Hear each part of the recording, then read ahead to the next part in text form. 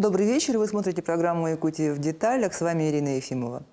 Год защитника Родины – это не только дань уважения подвигу тех, кто стоит на страже безопасности страны сегодня, но и возможность для каждого из нас осознать свою ответственность перед будущими поколениями.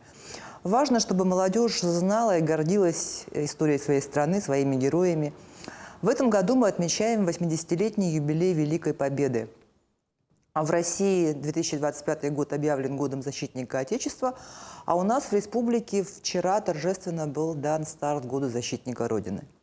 О патриотизме не только пойдет сегодня речь с нашим гостем Тимуром Егоровым, председателем регионального отделения Всероссийского движения «Волонтеры Победы». Тимур, добрый вечер. Добрый вечер. Давайте начнем с того, как вообще вы стали волонтером, вот вы лично. Ну, можно сказать, волонтерством я занимаюсь со школьных лет. В данное время я учусь на 3-м курсе в СВФУ. И в школьные годы я волонтерил, ну, в целом, вот, волонтерством занимался, помогал и, вот, и в субботниках, и ветеранам помогал. И потом мне мой учитель истории в Томторской средней школе Винокуров Ярослав Карлович, он рассказал, что существует вот такое вот интересное движение «Волонтеры Победы», которые занимаются вот как раз-таки историей, сохранением исторической памяти. И меня вот данная тема, скажем, заинтересовала. Я заинтересовался, и в то время я ошибочно думал, что в данное движение вступают только совершеннолетние, то есть 18 лет. Оказывается, можно и с 14 лет. Есть даже школьные отряды. И получается, уже по окончанию школы, после того, как я уже поступил на 1-й курс, я уже принял участие в первом мероприятии, волонтерил на диктанте Победы. Это было для меня первым мероприятием в «Волонтерах Победы» осенью 2022 года. А председателем регионального отделения вас избрали или назначили? Или как это происходит вообще? Ну, в данное время я являюсь исполняющим обязанности. У нас выборы должны пройти вот в феврале месяце, когда мы проведем первый наш в этом году форум «Волонтеров Победы». И там уже у нас будут выборы и председателя движения в Якутии, и также исполнительного директора. И получается, с 14 лет можно к вам вступить? Да, вот наше движение можно с 14 лет уже вступить. Вот как раз-таки создаются школьные отряды, то есть подписываются соглашения со школами, и уже, получается, активно действует в образовательных учреждениях. А сколько сейчас примерно волонтеров участвует в работе в отделении? По всей России, ну, в Якутии, да, официально зарегистрировано более 4000 волонтеров. Но у нас бывают мероприятия, на которых мы сопровождаем мероприятия, то есть помогаем в организации проведения. И тогда бывает такое, что волонтеров мы не регистрируем. Просто сразу приглашаем, и они, получается, помогают на мероприятии. Так что можно считать, что вот по сайту у нас более 4000 волонтеров, а по факту, конечно же, волонтеров намного больше. А 4000 это по меркам России вообще много или немного? Ну, учитывая, получается, и население региона, в том числе для нас, это вот среднее нормальное такое число. Ну, а по всей России всего у нас волонтеров более 900 тысяч. А вот какова основная миссия и цели движения «Волонтеры Победы»? «Волонтеры Победы» являются общественным движением, целью которого является, в первую очередь, это у нас сохранение исторической памяти. В данное время также это борьба с фальсификацией истории, которая, к сожалению, происходит сейчас. Ну, а также одним из приоритетных направлений нашей деятельности является гражданско-патриотическое воспитание, в особенности подрастающего поколения. А как вы это делаете? Ну, вот как вы боретесь, например, с искажением истории? Ну, например, если говорить про подрастающее поколение, про молодежь, которая у нас вот преимущественно состоит в нашем движении, мы проводим различные, получается, более понятные, более, скажем, подходящие вот для их возраста, для их понимания вот квизы, викторины, игры различные. И в памятные дни, и в будние, простые дни тоже можем провести. Вот, в школах, колледжах, вузах проводим вот как раз-таки исторические квизы в особенности. И таким образом, получается, повышаем историческую грамотность, то есть проводим историческое просвещение. Ну вот 14 лет можно вступить, а движение вообще молодежное или верхняя планка не ограничена? В нашем движении состоят представители всех возрастов, но, конечно же, преимущественно у нас большое количество это у нас студенты республики, студенты колледжей и вузов. А взрослые люди есть? Взрослые люди есть. С ними как работаете? Как они? Получается, мы публикуем наши мероприятия на сайте «Волонтеров Победы». Там они регистрируются на мероприятия, на различные акции. И у нас также, конечно же, есть различные группы в социальных сетях. И там тоже, получается, публикуем, что проводится такое мероприятие, приглашаем. И все с радостью приходят, и взрослые, и молодежь, и школьные отряды в том числе. Ну, давайте подробнее про мероприятия, про акции, Вы перед эфиром мне сказали, что несколько направлений есть. Ну, наше движение работает по 6 основным направлениям. Одно из главных направлений – это у нас Великая Победа, можно даже сказать главное направление, в рамках которого у нас проводятся самые значимые массовые мероприятия. Это такие всероссийские акции, как «Свеча памяти», «Георгиевская лента», «Триколор». Также проводится международная акция «Всероссийские субботники», в рамках которого проводим облагораживание мемориальных комплексов, проводим субботники у памятников, в том числе на площадях. Ну и вот самые популярные, вот, скажем, мероприятия, вот «Свеча памяти», «Георгиевская лента». Тоже одно из значимых направлений – это у нас «Связь поколений». Это забота о наших ветеранах Великой Отечественной войны, ветеранах тыла, о детях войны в том числе. К сожалению, их с каждым годом становится все меньше и меньше, и поэтому мы стараемся о каждом из них заботиться, каждому из них проявляем максимальное наше внимание, мы их навещаем и просто так, чтобы поговорить, потому что они очень сильно нуждаются в этом. И когда они в чем-то нуждаются, тоже нас просят, звонят, время от времени тоже созваниваемся, спрашиваем, как у них здоровье, как с настроением. Сейчас у нас по республике 9 ветеранов Великой Отечественной войны, 7 в городе Якутске и 2 в Улусах. И о каждом из них мы заботимся и проявляем внимание особое. Это как раз те участники Великой Отечественной войны, которые получили в этом году увеличенную выплату из республиканского бюджета 2 миллиона рублей. А по республике как вы работу ведете? У вас прям в районах есть отделения или как это происходит? Да, получается, по республике у нас есть региональный штаб в городе Якутске. И региональный штаб, получается, у нас делится на 3 подразделения, скажем. Это у нас местные отделения, то есть улусы. У нас, конечно же, охвачены все 36, и 34 улуса, и 2 городских округа. Со всеми ними мы работаем. Есть местные отделения, сотрудничаем со всеми ними. Далее у нас есть общественные центры. Это у нас, получается, на базе учреждений высшего образования и среднего профессионального образования. И наши школьные отряды, с которыми тоже мы действуем по соглашению. Ну, вы, наверное, не про все направления еще рассказали? Да, у нас есть также направление «Наша Победа», которое направлено уже на современную историю России. В рамках этого у нас весной проводится Крымская весна в день воссоединения Крыма с Россией. Также, получается, в рамках данного направления мы работаем более, опять, как я ранее говорил, проводим квизы, викторины в том числе. Далее у нас есть направление «Моя история». Это направление, в рамках которого наши волонтеры помогают всем желающим восстановить семейную родословную, восстановить семейную историю. То есть это у нас в основном работа с архивами. И есть направление «Моя победа», в рамках которого мы помогаем нашим волонтерам уже расти личностно. То есть это направление, которое направлено на самих волонтеров. То есть проводим для них обучающие семинары, форумы, и, получается, они уже растут личностно, развивают какие-то свои компетенции, то есть такие как лидерство, тайм-менеджмент, умение работать в команде, коммуникабельность и так далее. А вообще, что нужно волонтеру? То есть, какие качества отличают волонтера, на ваш взгляд? Волонтер, доброволец, это человек, который бескорыстно, добровольно, можно даже сказать, по зову сердца, помогает и хочет помогать, и когда он делает доброе дело, это приносит ему максимальное, скажем, моральное удовлетворение, он ничего не требует за то, что он сделал другим, помог другим, наоборот, это ему только в пользу. Я считаю это так. Но у нас в последнее время немножко это понятие «волонтер» так замылилось, да? Скажем, называют волонтерами в том числе и тех, кто…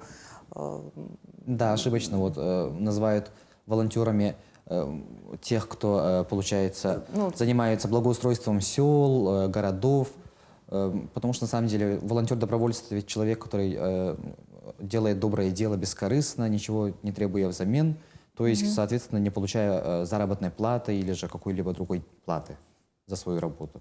Мгм. А вам это зачем?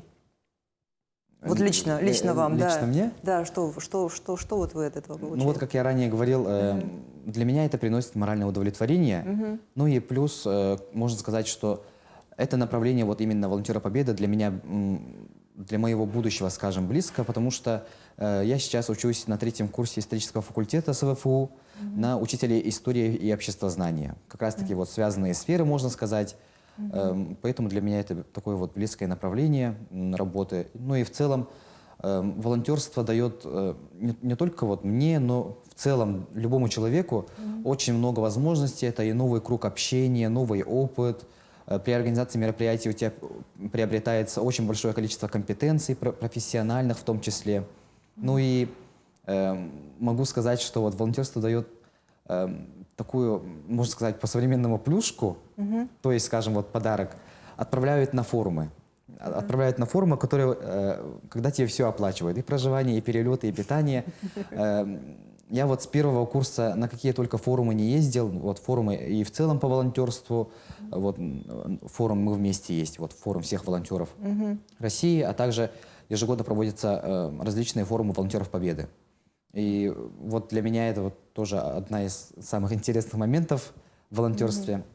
Например, в прошлом году мне посчастливилось в январе 2024 года поехать в Санкт-Петербург на организацию, на волонтерское сопровождение мероприятий, посвященных 80-летию снятия блокады Ленинграда.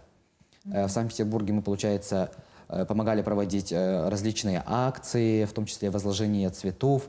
И в городе Гатчина мы принимали участие в торжественном открытии большого такого красивого, уникального мемориального комплекса, который посвящен мирным жителям блокадного Ленинграда. И на мероприятии тогда приняли участие Владимир Путин и Александр Григорьевич Лукашенко, президент Беларуси. И нам посчастливилось вот воочию увидеть двух президентов, да, на расстоянии, скажем, вот 10 метров. Поэтому это незабываемые ощущения, непередаваемые такие эмоции. И вот самое главное, мы держим связь со всеми, кто был вот на форумах, новые знакомства не только вот здесь, но и в других регионах. Да. Вот это очень большой плюс, я считаю. Да, конечно. Я напомню, что мы работаем в прямом эфире, и задать вопрос моему гостю можно, позвонив в студию по номеру 8 41 12 42 14 39 или отправить сообщение в Телеграм, текстовое сообщение на номер 8 914 235 0502. Но раз мы заговорили про блокадный Ленинград, буквально на этой неделе была очередная годовщина снятия блокады, и вы провели акцию «Блокадный хлеб», которая рассредоточилась по нескольким точкам в Якутске. Вот на ваш взгляд, для чего такие мероприятия необходимо проводить? Ну, в первую очередь это необходимо, чтобы не забывать об истории вот данного памятного дня. У нас, получается, проводятся такие всероссийские акции. Вот и блокадный хлеб, и впереди ожидается церемония возложения цветов 2 февраля, в день победы в Сталинградской битве. Вот, опять же, повышает историческую грамотность, ну и в целом, я думаю, повышает в данное время патриотизм в том числе. А что такое вообще, вот, на ваш взгляд, патриотизм? Я часто этот вопрос задаю гостям. Ну, патриотизм, конечно, это не только вот любовь к родине, не только вот, скажем, можно сказать, готовность стать на ее защиту. Патриотизм — это вот и принадлежность к стране, получается, к родине, знание истории своей родины в том числе, ну и готовность отстоять историю, вот, права, скажем, готовность как-то вот бороться за свою страну в том числе. И, по вашему мнению, получается, патриот без знания истории невозможен, по сути, да? Да, я считаю так, потому что вот в данное время, когда история фальсифицируется, вот когда переписывают учебники в том числе, нужно вот не просто любить родину, но и в том числе, конечно же, бороться за историческую правду, можно сказать.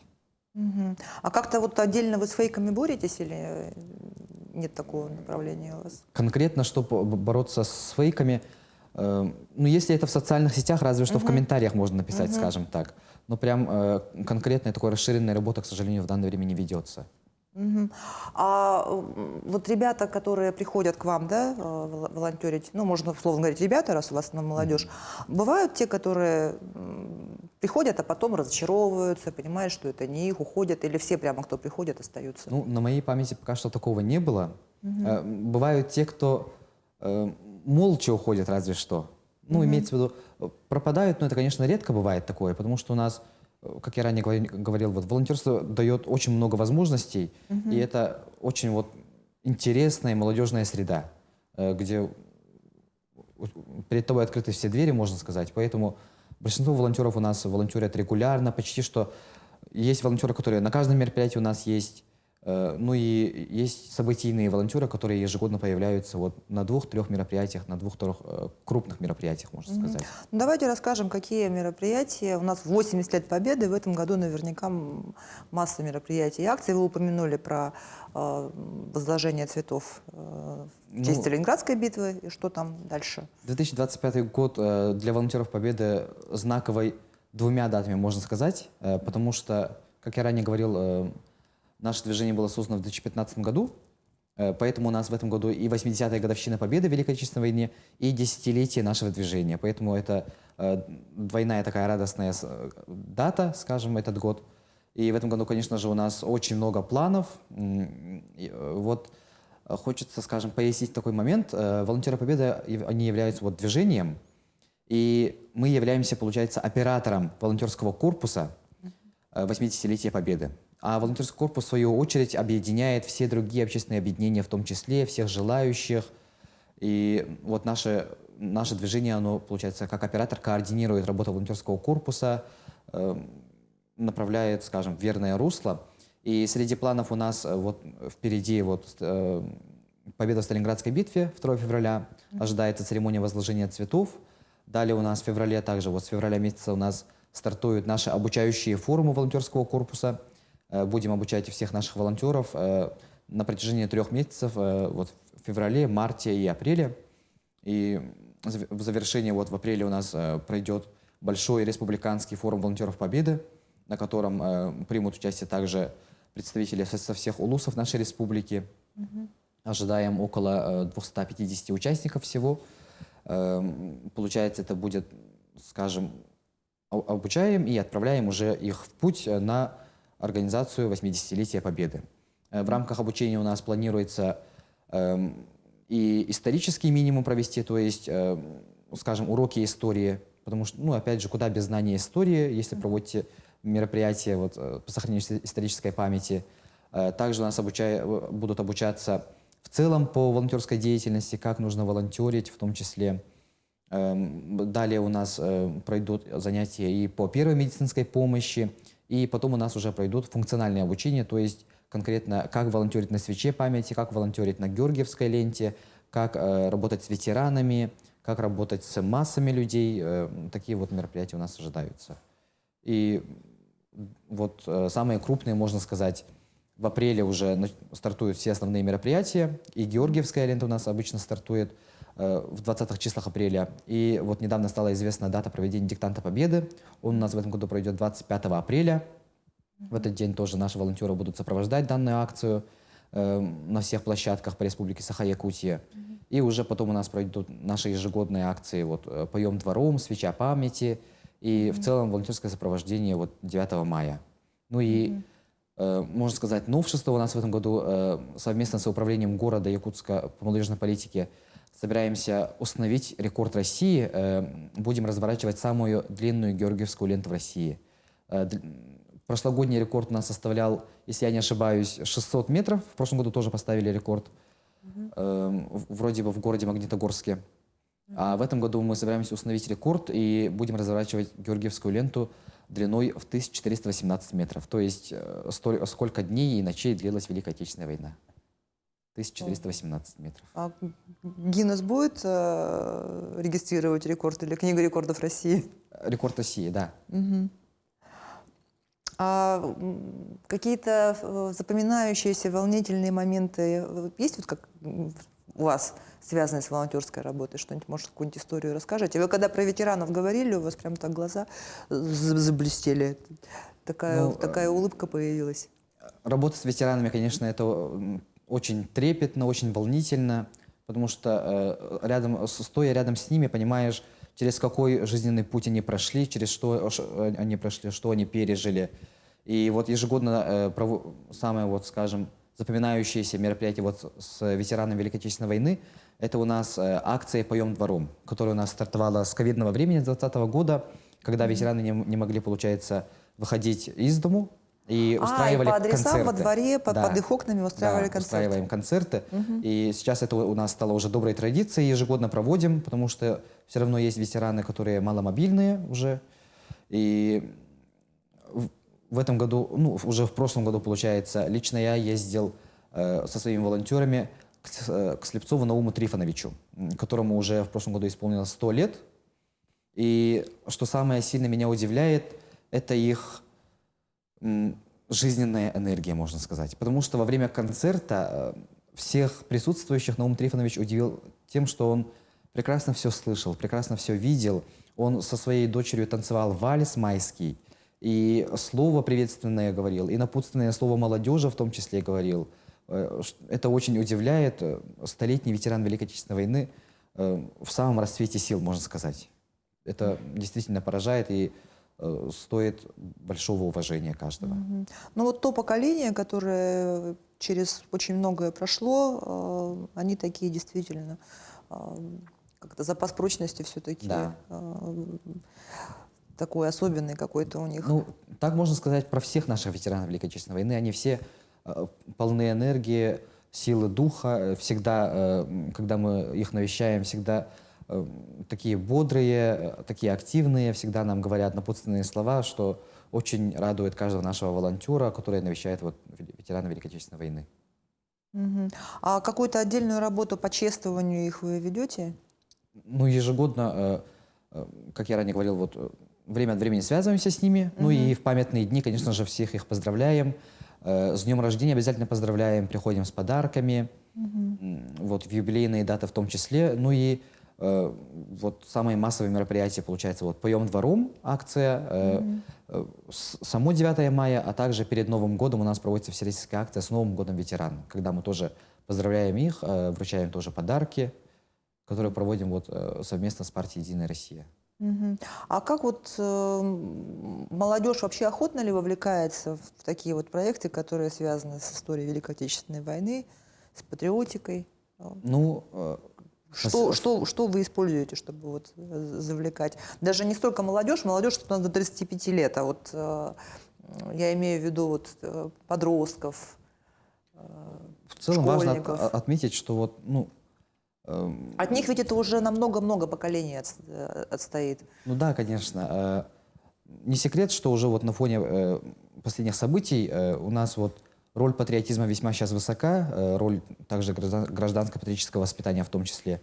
И можно отметить, что число волонтеров таких, ну, в целом число людей, которые заинтересованы в данной работе, с каждым годом растет. Сейчас мы все понимаем, что только единой, сильной командой, сильной страной мы можем победить в данное время. Поэтому думаю, что все сейчас вот только идет в данном направлении по увеличению количества волонтеров, по увеличению заинтересованных лиц вот, в направлении нашей работы только увеличивается, скажем. Но как вы думаете, вот вообще для формирования гражданской позиции молодежи, да, чтобы они осознанно все это воспринимали, вот для этого какие проекты, то есть какие проекты для этого нужны?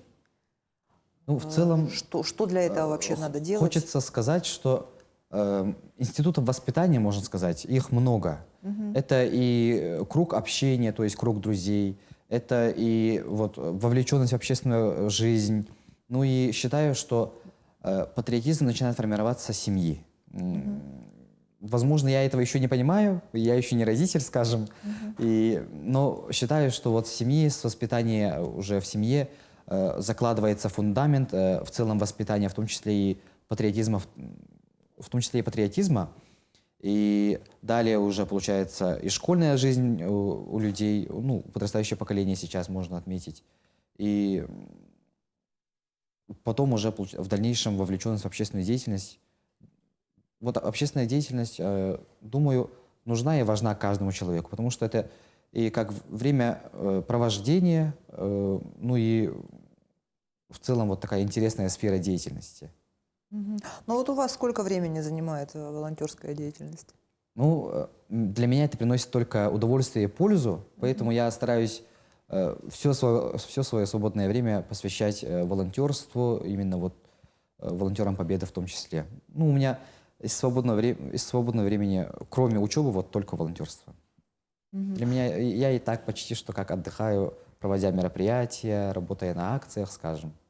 Но вот у вас же еще так совпадает. Вы будущий Да. учитель истории и волонтер Победы. Тут как-то пересекается, особенно если вот эти направления по архивам Да. там, и так далее взять, да. А, не знаю, наверное, не всем так повезло. Ну, Не у всех так совпало. большинство совмещают и работу, и Легко волонтерство, совмещают. и учебу, и волонтерство, потому что им тоже вот приносит пользу, и многие сейчас обладают тайм-менеджментом, прекрасно планируют свое время. Мы, конечно, это же ведь волонтерство добровольно, мы никого не заставляем, и в целом таких вот проблем, когда они совмещают с учебой или с работой, не бывает. Но давайте расскажем, кто может стать волонтером Победы, что для этого требуется, какие кандидаты к вам приходят, какие требования вы к ним предъявляете, или всех подряд берете. Прям таких конкретных требований, чтобы стать волонтером Победы, нет. Главное, чтобы был старше 14 лет. Это самое главное условие, скажем. И далее, получается, уже человек проявляет себя, показывает свои способности, компетенции, в том числе на наших мероприятиях, на наших акциях. И в дальнейшем тогда уже мы приглашаем уже на более ответственные мероприятия, скажем так. Потому что у нас есть вот мероприятия, на которых практически любой человек записывается, любой человек нам помогает. А бывают такие, когда нужны прям ответственные, проверенные, обученные, проверенные временем люди, волонтеры, и мы вот выбираем таких хороших людей. Ну, что бы вы хотели сказать жителям Якутии в преддверии празднования Победы в знак уважения к защитникам Родины? Ну, как я ранее говорил, в первую очередь сейчас нужно бороться за историческую правду, сохранять историческую память, передавать ее из поколения в поколение. Обязательно вот патриотизм закладывается с семьи, поэтому нужно вот прямо с детства уже учить истории и патриотизму, в том числе любви к родине. В преддверии 80-летия желаю всем уверенности в завтрашнем дне, чтобы помнили, чтили, гордились своей историей своей семьи, своих предков. У многих все равно это участники Великой Отечественной войны, чтобы гордились историей всей страны, всего нашего народа-победителя. Ну и в этом году 80 лет не только победе в Великой Отечественной войне, да, но 80 лет вообще окончания и мировой войны. Да. Вот, а 2 сентября что-то планируете?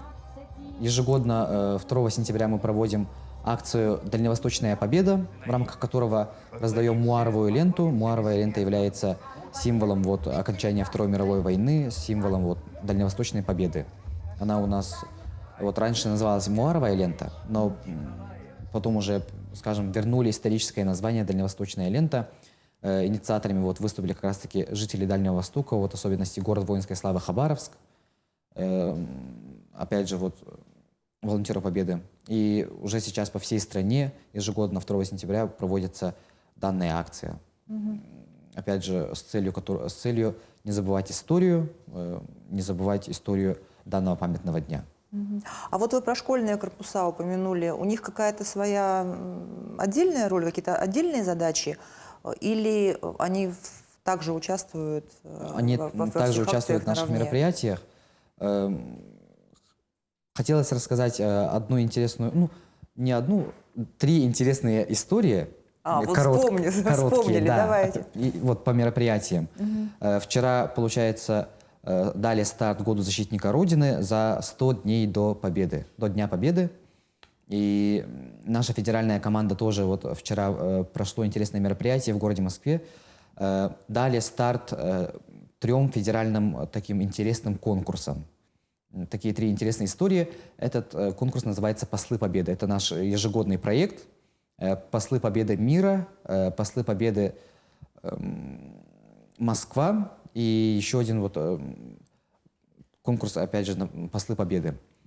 Это такой интересный конкурс, когда у всех жителей всей страны, можно даже сказать, у всех желающих есть прекрасный шанс стать участником Парада Победы на Красной площади в Москве.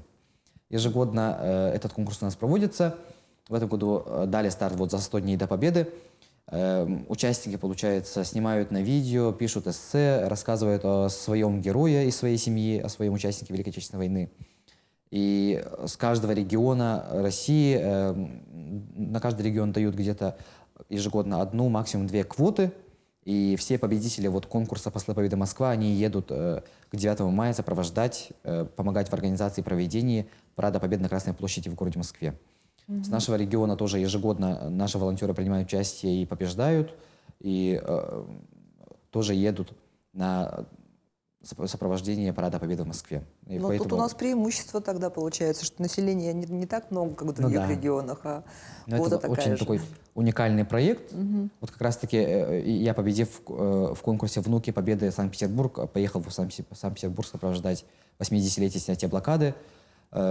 Также в этом году еще, опять же, летом пройдет конкурс «Послы Победы Санкт-Петербург». Это, опять же, конкурс, и победители едут сопровождать и помогать в организации и проведении военно-морского парада в Санкт-Петербурге, который проводится обычно в конце июля. А как принять участие в этих конкурсах? Вот опять же на нашем сайте volunteerpobeda.rf публикуется мероприятие, можно зарегаться, сразу зарегистрироваться на это мероприятие и потом уже выполнять задания. И получается, выполняя задания, по решению членов комиссии выбирается победитель. Но для этого нужно быть волонтером, чтобы принять участие? Или не обязательно? Да, нужно быть волонтером, конечно же. Нужно быть волонтером. Да. То есть сначала нужно вступить... Да, сначала нужно вступить в наше движение, и потом уже... А потом уже участвовать в этих Да. конкурсах. Ну что ж, спасибо вам за интересную беседу. Уверена, что телезрители наши тоже смогли для себя что-то новое узнать. Может быть, кто-то захочет вступить в ряды волонтеров Победы. На этом выпуск программы «Якутия в деталях» подошел к концу. Меня зовут Ирина Ефимова. Смотрите нас по будням в 19:15. Расскажем обо всем в деталях.